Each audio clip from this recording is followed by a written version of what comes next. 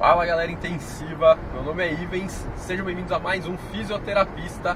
Hoje a gente vai dar uma carona para o Sérgio Feitosa, que é fisioterapeuta, trabalha com transporte aeroespacial. E aí, bora nessa carona?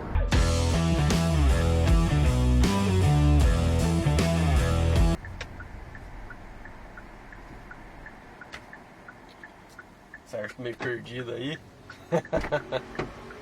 Ô jovem, tava meio perdido? Ah, tá aguardando, e aí? Você tá bom, bicho? Boa. Tudo certo?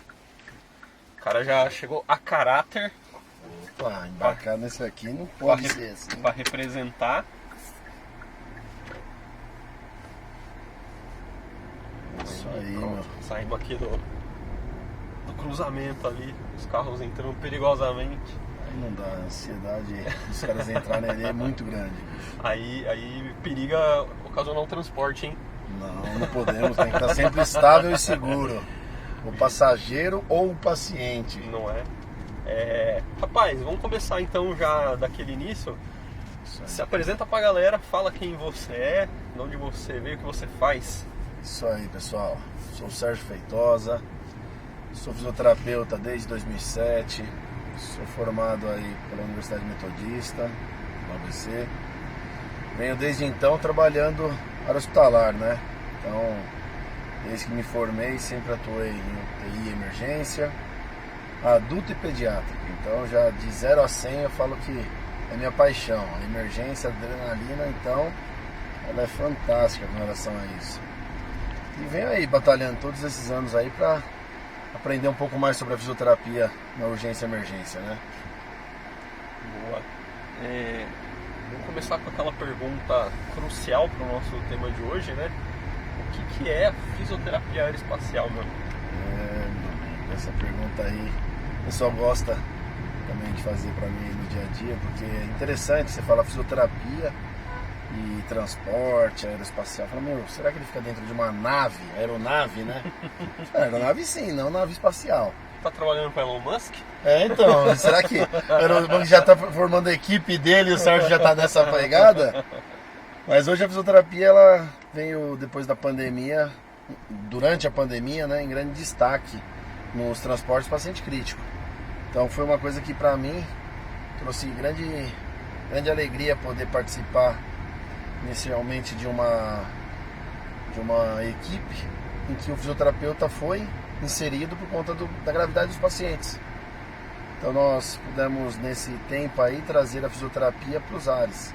A fisioterapia hoje no transporte aéreo, ela faz função junto à equipe de médico e enfermeiro no cuidado durante todo o trajeto e deslocamento desse nosso paciente. Então isso aí, para quem não ainda tinha conhecimento, a fisioterapia está dentro de avião, levando e buscando o paciente em outros estados e até outros países. Legal. Inclusive, você falou que tá dentro do avião, né? Quem mais tá dentro desse avião, desse transporte? Quem que é a equipe junto com o fisioterapeuta que atua nesses transportes aí? Isso aí, nós temos dentro do avião, vamos colocar os dois comandantes, que são os principais, né? Sem eles não vai para lugar nenhum. Decola. É isso aí. E temos o médico e o enfermeiro. Então, essa é uma equipe simples de transporte.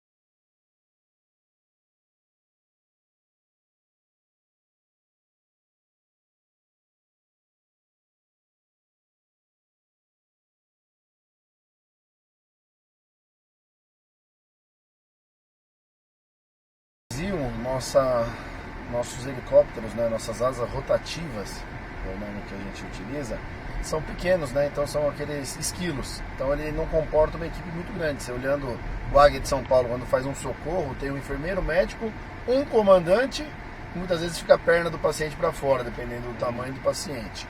Mas temos na região do Ceará, se eu não me engano, o deles comporta de 6 a 8 tripulantes.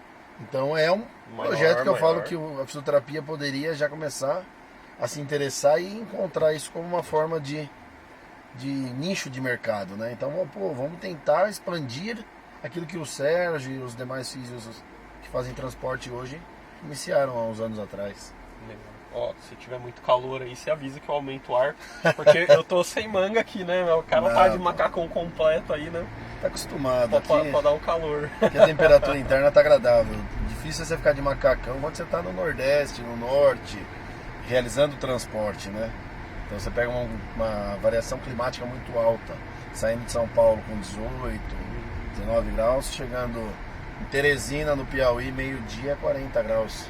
Geralmente essa é a vestimenta oficial. Isso, eu tô com o da associação, né? Da Sobrafai. Porém, a nossa de macacão de transporte da empresa que eu atuo é da mesma forma aquele anti-chama. Então ele é anti-chama, mas faz a gente ferver por dentro. Só segura pra não entrar, pra aumentar o calor. Isso, não entra o calor, mas o de dentro pra fora não tem saída.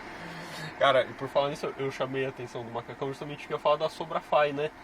Conta um pouquinho o que é a Sobrafai, né? E qual que é a ideia da criação da Sobrafai. É isso aí, quem ainda não segue a Sobrafai, @Sobrafai é nosso Instagram. Nós somos uma associação de fisioterapeutas apaixonados pela parte aeroespacial. Então nós formamos em 2022, em agosto, unindo alguns profissionais que já atuavam no mercado com transporte e outros apaixonados que querem ampliar o campo de atuação, querem trazer mais força para a fisioterapia junto à CREFITO, COFITO e os congressos que ocorrem no mundo e fora, no Brasil e no mundo, né? Então nós estamos aí batalhando com essa nossa divulgação. Pode ser associado a estudantes, formados, pós-graduados em outras áreas, todo aquele profissional que não conhece a fisioterapia aeroespacial, adentra no nosso Instagram, tem informações, nós divulgamos bastante palestras, cursos, aulas. O associado ele tem benefício de carta ao associado. Nós mandamos os informes em um grupo do WhatsApp de tudo que acontece nos ares. Então diariamente tem alguma notícia, desde notícias positivas até tragédias, para as pessoas acompanharem realmente o que ocorre na linha do transporte aéreo.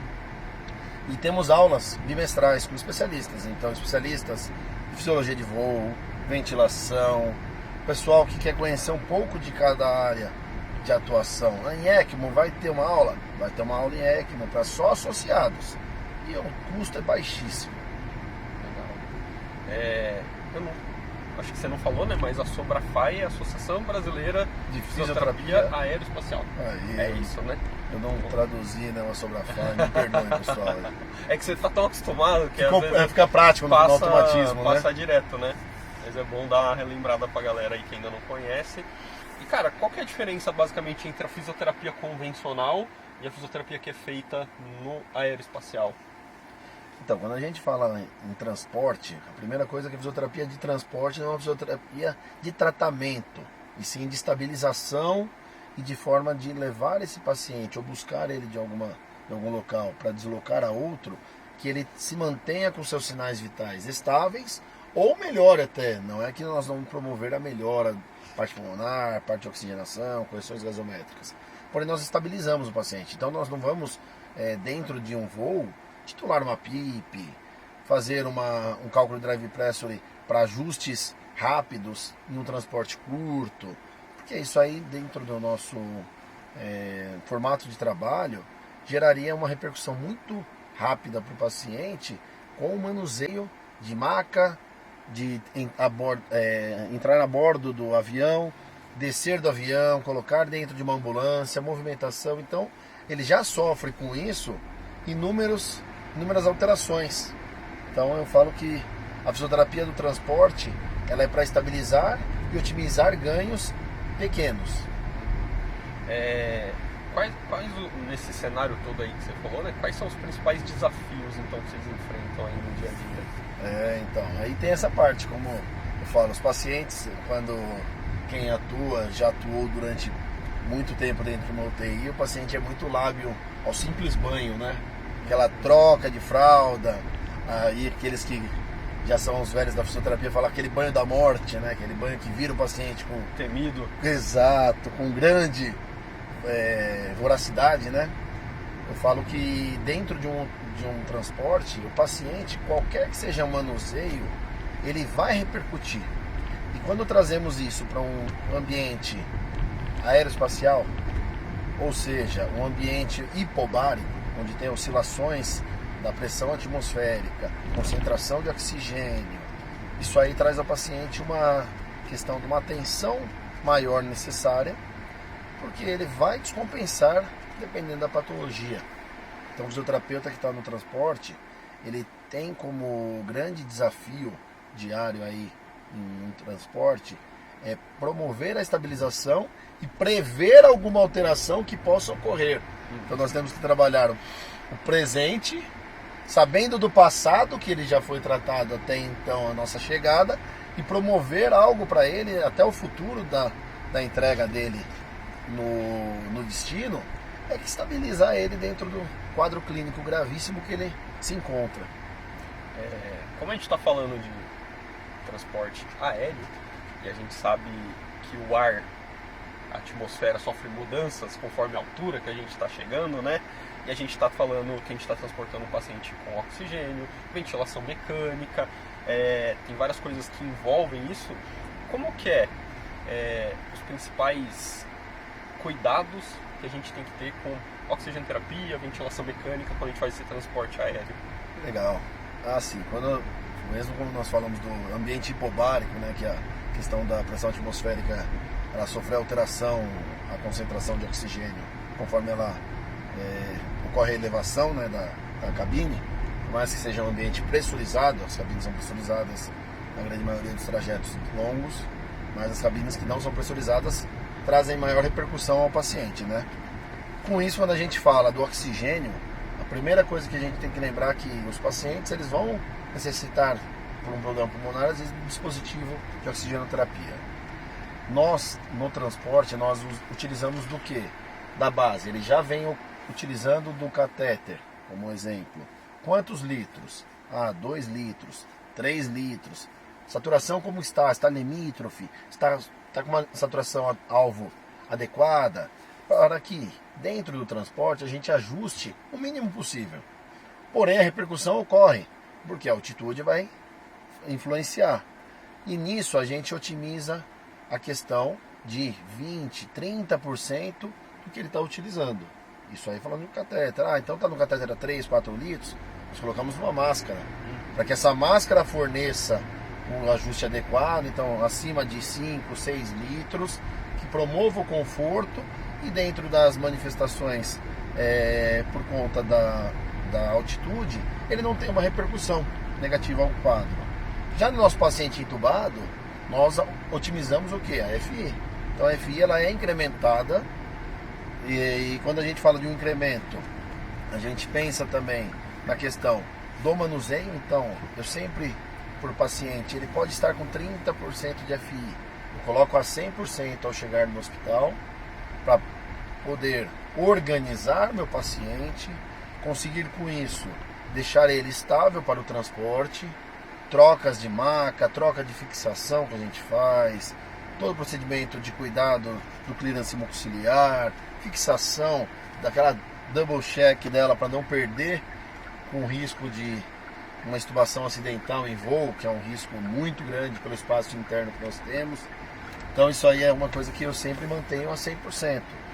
Posteriormente, quando o paciente já decolou, nós estamos em voo cruzeiro, quando atinge a altitude máxima, nós mantemos o que? A FI necessária para que ele sature acima de 90, 92, para que o consumo interno de oxigênio de um cilindro, isso também é uma coisa que é importante frisar. Eu falo que as empresas ainda não sabem o quanto caro sai um voo sem físio, porque nós promovemos até a economia do consumo de oxigênio, que os ajustes de ventilador transporte, ou até a otimização de catéter, máscara, eles não tendo um especialista da área, eles fazem o que? O médico põe 100%, liga o catéter no máximo, ou liga a máscara no máximo e vai embora. não faz uma coisa dinâmica ali, né? Exato. E os efeitos deletérios do oxigênio acima de alguns minutos já ocorrem. Acima de horas, então, eles são aparentes. E dependendo do perfil de paciente, isso aí para ele é muito lesivo, né? Então, a ventilação, a gente também tem essa otimização e ajuste conforme necessidade de saturação-alvo. E tem um detalhezinho, né, que sempre comentam nas aulas sobre transporte aéreo, que é o cuff, né? Que é um balãozinho fechado. É, lei de Boyle-Mariot. Né? Toda se a lei você de não gases. tomar cuidado, pode dar ruim, né? Pode, com certeza. A gente fala da lei de Boyle-Mariot brincando aquilo. Uma bolinha aqui embaixo é uma bolhona no ar. Porque ela tem a expansibilidade dos gases. Então ele vai ampliar 3 vezes o tamanho do volume que ele está apresentando aqui na Terra quando ele atingir uma certa altitude. Então vamos pensar em 40 mil pés. Mesmo sendo pressurizado, nós encontramos situações que vai ter essa expansibilidade.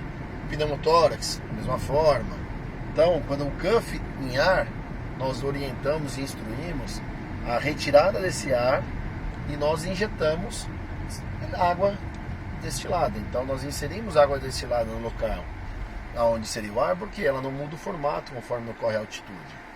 Pessoal que fez aí já algum voo, pode fazer o teste. Toma uma Coca-Cola no alto. Vai ver quanto gás você vai sentir numa Coca-Cola. Fala, nossa, é diferente lá de baixo. Lembra aquela Coca KS que o pessoal gosta, que é a clássica do vidro. De vidrinho, pô. Então, assim, é a questão da expansibilidade do gás. Por quê? Ele vai ocorrer tanto na parte fisiológica como na parte de um alimento. Então, isso aí acaba acontecendo mesmo. Tem um teste legal que vocês podem fazer, que eu já fiz algumas vezes, que é pegar uma garrafinha vazia aqui no solo, dá uma amassada nela, deixa ela um pouco amassada e fecha. E aí, a hora que você decolar, estiver lá no cruzeiro, você vai ver ela expandidinha, né? Ou o contrário, né?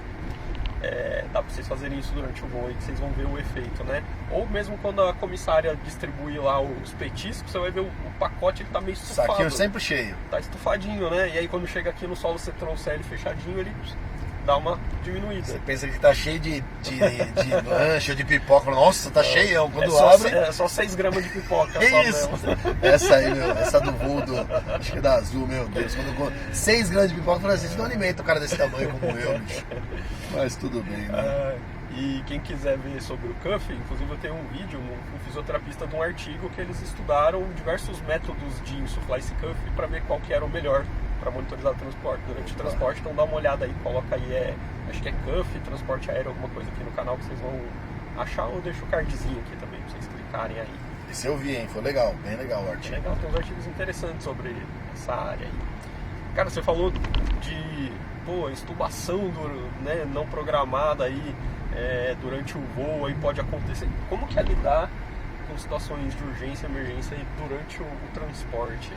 Num espaço restrito, né, numa situação super difícil, né? Aqueles que participam de intercorrência falam que parece tanta gente em volta de um paciente de um leito e falta braço.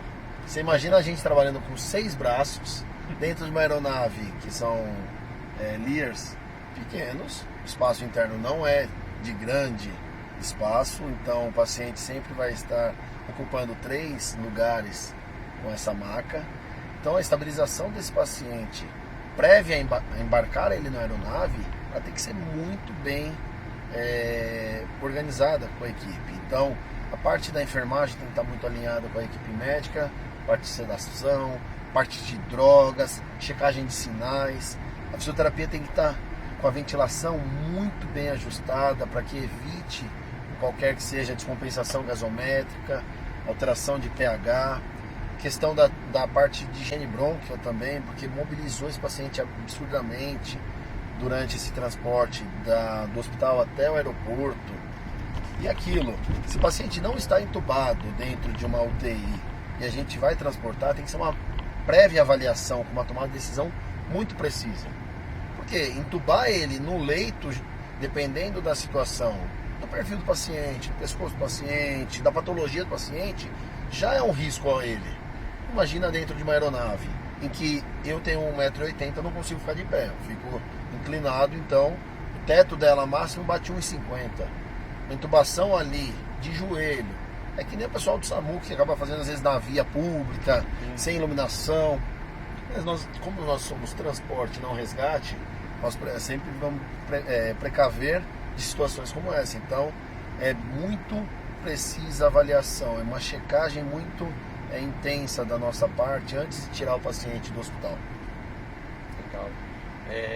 Qual que é o ponto mais crítico do transporte? É pegar o paciente no hospital, é levar até a aeronave, é colocar para dentro da aeronave, tirar, levar para o próximo destino? Qual que é o ponto que vocês consideram ali mais crítico da operação? Assim? Olha, quando eu pego um paciente grave, eu, Sérgio, particularmente falo grave, muitas vezes obeso, numa operação climática ruim, então horário noturno, com chuva, uma região de hangar ruins que não tem cobertura, eu falo que um dos pontos mais críticos é o embarque do paciente.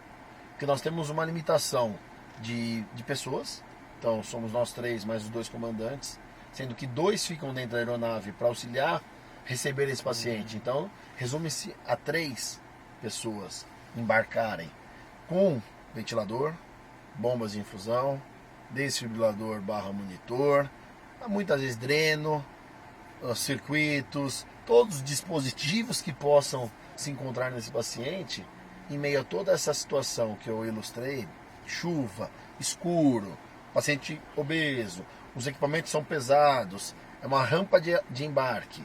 Isso aí eu falo que é um dos pontos mais críticos que eu encontro para o paciente naquele momento, porque eu tenho que estar cuidando do ventilador, do tubo que vier nossa, fazendo uma força absurda para embarcar ele, olhando se ao redor não tem nada enroscando na porta do avião ou alguma região do avião que possa tracionar um central, retirar um dreno, retirar um tubo. Quando fala em ECMO ainda aumentam pelo menos mais 30, 40 quilos o equipamento de ECMO. E aí já vem com as cânulas externas. Então você imagina, eu creio que o embarque ali, a adrenalina ela vai muito mais alta na hora do transporte para mim. Ruim mesmo ali, né? Não é fácil mesmo. Desgastante, é desgastante fisicamente e mentalmente. Claro que o transporte do início ao fim, o estresse emocional e a adrenalina ela corre. Mas quando ali é operacional associado e não é uma coisa que nós temos por hábito. Na faculdade a gente não aprende a embarcar e desembarcar. No hospital a gente não aprende a embarcar e desembarcar. É algo que você vai aprendendo ainda conforme o projeto de trabalho. Então eu estou numa empresa hoje que tem esse modelo. Eu indo para outra, se for outro modelo, eu tenho que me readaptar. E é aquilo que eu gosto de frisar para os físicos que têm interesse e são apaixonados por essa área, que hoje ainda nós temos um modelo de trabalho da fisioterapia. Nós estamos organizando, eu, a Carol, o Samuca, que são o pessoal que trabalha junto com a gente aí no dia a dia, junto com a Sobrafai, com o fisioterapeuta aeromédico, para melhorar e promover uma forma de trabalho para aqueles que estão chegando. Porque nós chegamos sem saber lufas e pitibiriba, não tinha nada. Com isso, automaticamente, a gente foi desbravando, né? Então, nesse desbravar do dia a dia, a gente formou modelos, POPs. Os POPs da fisioterapia no transporte. Está desenvolvendo, né? E cada dia aprende uma coisa nova, né? Porque nunca ainda chega no padrão 100%. Porque os pacientes são diferentes. Sim. As situações climáticas, situações de embarque e desembarque, locais. Então, são bem interessantes as oportunidades que nós estamos aprendendo. É um pouco imprevisível, né? Às vezes. Ou muito. Cara, conta um pouco, assim, meio resumidamente, qual que é a rotina de quem trabalha no transporte aéreo? No sentido assim, ó, hoje é seu dia de trabalho, você tá lá de plantão dentro do avião, você fica esperando em casa, vocês têm um lugar onde vocês ficam, como que é isso, até receber o chamado, retirar o paciente, entregar esse paciente e voltar e falar, pronto, ó, esse finalizou. Legal. Hoje na empresa que atuamos, nossa escala fica em stand-by, não ficamos fixo a um ponto. Eu fico na minha residência, tendo ciência que a qualquer momento pode ocorrer uma solicitação da família para que ocorra a transferência de um familiar ou paciente por ele mesmo fazer a solicitação dessa transferência. E após essa solicitação, e pagamento do transporte, a nossa equipe operacional do transporte nos aciona tendo 2 horas para comparecer ao nosso hangar, onde os nossos equipamentos se encontram, para testarmos, organizarmos as mochilas, malas e com isso conseguirmos dar o máximo de recursos aos pacientes, né? Então tudo que aquilo que tem dentro de uma UTI normal, nós temos que trazer para a nossa UTI aérea. Então personalizamos de acordo com o perfil do paciente, adulto, pediátrico, cirúrgico, não cirúrgico. E aí tudo certo, tudo checado, embarque de material, transporte rola. Trazemos ou levamos o paciente, retornamos à base, organizamos todo o processo do que gastou de materiais, a reposição é necessária, porque muitas vezes acaba ocorrendo ou no mesmo plantão ainda desses 24 horas que nós ficamos de stand, um novo voo, ou o colega no dia seguinte no seu plantão também pode obter um chamado e precisar já também da mochila previamente organizada.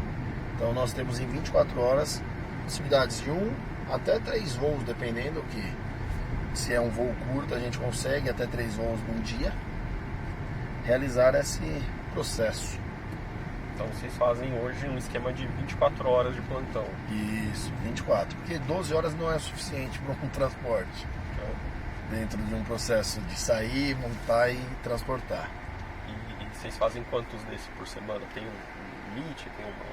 Hoje não tem regulamentação ainda com relação à fisioterapia no transporte. Então, se eu tenho uma empresa que me solicita todo dia e eu estou com a minha agenda disponível para isso, eu posso realizar todos os dias voos. Eu posso realizar mais que um voo durante o dia, tendo também a possibilidade da minha própria agenda.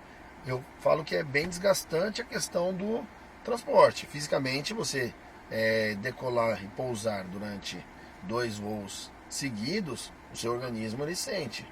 As leis da física, elas não vão somente no paciente, como nós também. Então, eu sinto um desgaste muito grande. Quando eu iniciei, eu ficava parecendo no dia seguinte que eu tinha tomado uma surra de ressaca muscular, o músculo arrebentado.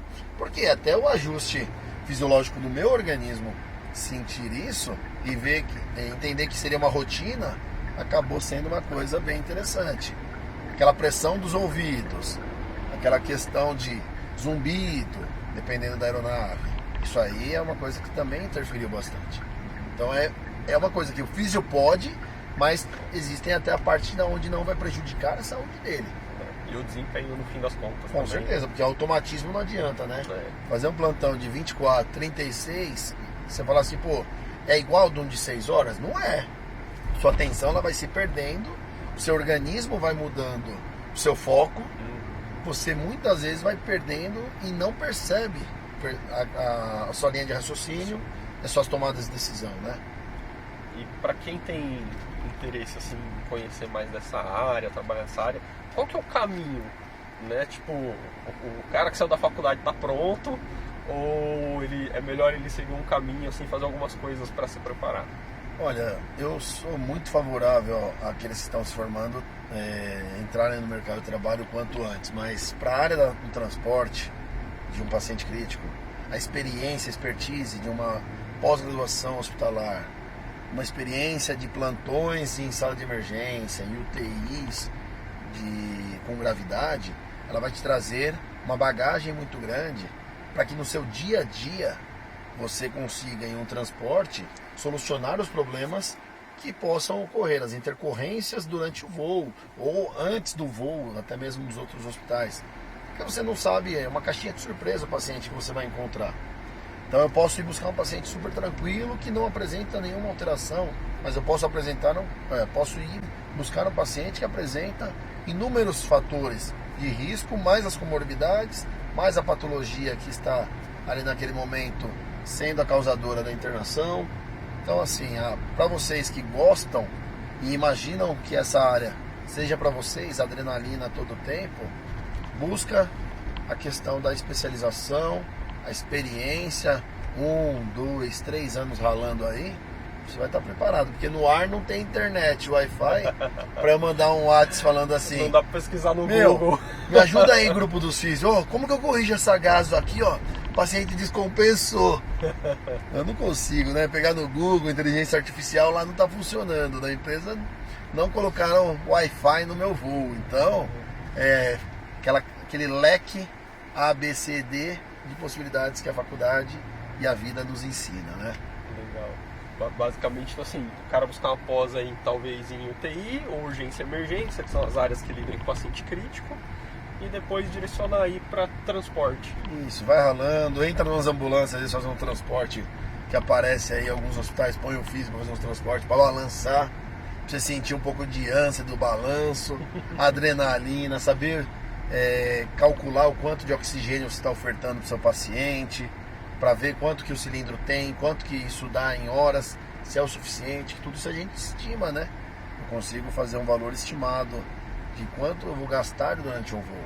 Então isso aí, a experiência vai nos ajudando também bastante. Legal. E para quem quiser saber mais, conta aí pra galera onde que a galera pode te encontrar e o que você tem aí para ajudar essa galera aí. É isso aí, pessoal. Quem quer